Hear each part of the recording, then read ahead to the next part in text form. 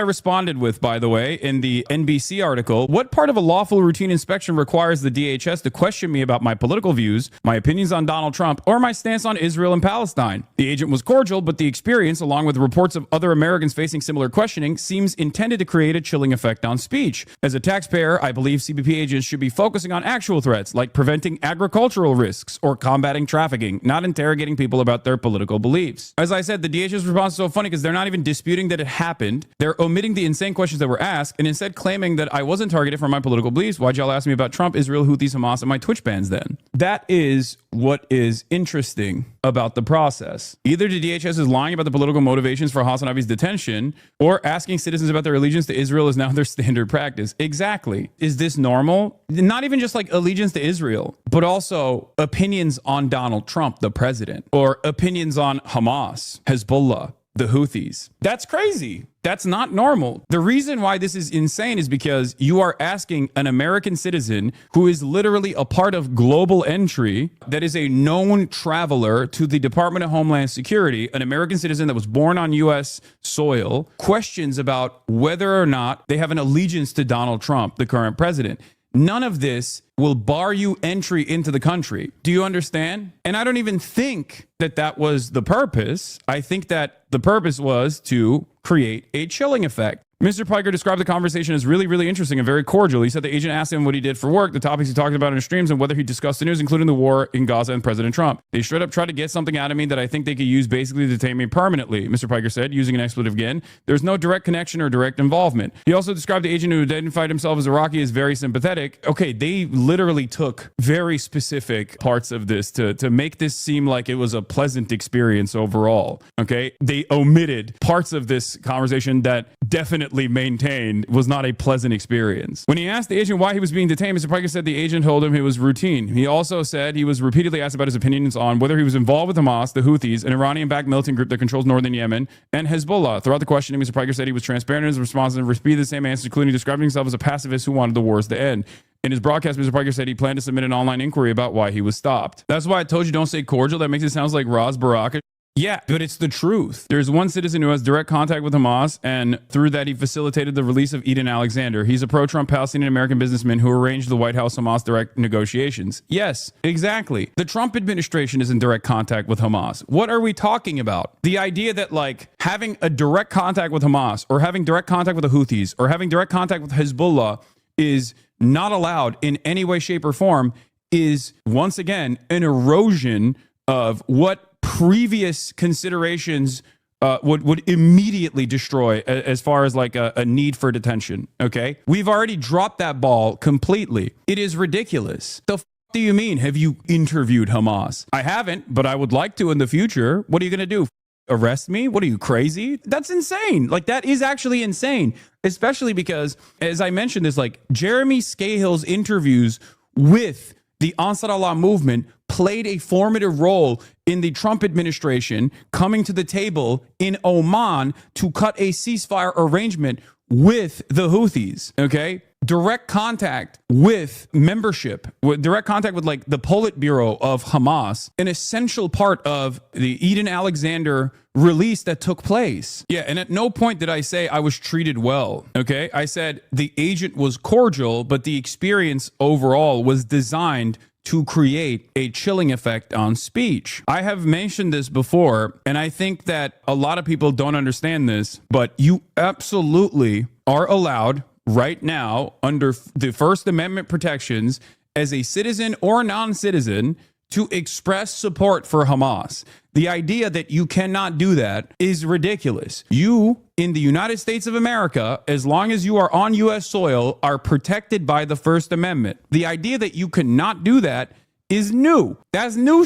And even then, I personally was managing the risk in my mind and did not take it to that step when I was having a conversation with the ICE guy, okay, with the agent. I don't even know if he's ICE, Customs and Border Patrol, or potentially HSI. A lot of people online just simply don't understand what the First Amendment looks like and what it's supposed to be used for. It's this. This is what it's supposed to be used for. It's a restriction on the government, okay? It's not a restriction on you. The First Amendment is not about private corporations refusing to ban you because you said slurs.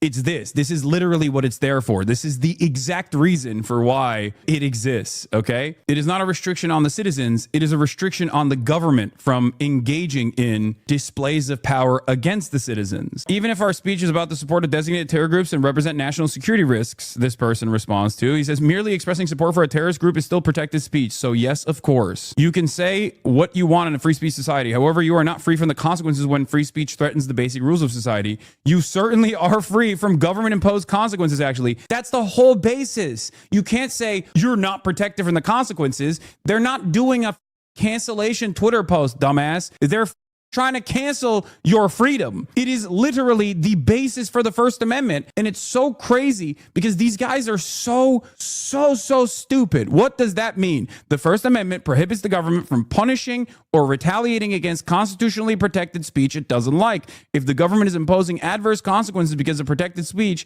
that is unconstitutional. Okay, sir. Someone comes in front of your house and exercises free speech right to say, I will burn your house. You're good? No problem. No, sir, you are not. I love that this guy is literally trying to debate a person who specializes in First Amendment litigation, okay? He is a First Amendment and defamation lawyer. The audacity. No, sir, you are not. No, why? Because that speech may have devastating consequences. So when a dude repeatedly and publicly states he supports a group calling for the death of America, there are consequences. If you cannot understand this, then you chose the wrong job. Except true threats are not protected speech. Saying I support Hamas is not a true threat. It is protected speech. So no, the government can't punish it, even if you think it has devastating consequences. Thanks for playing how to have no idea what you're talking about. If I were you, I might consider that someone whose job this is might know more about it than you. But then I'm not a moron.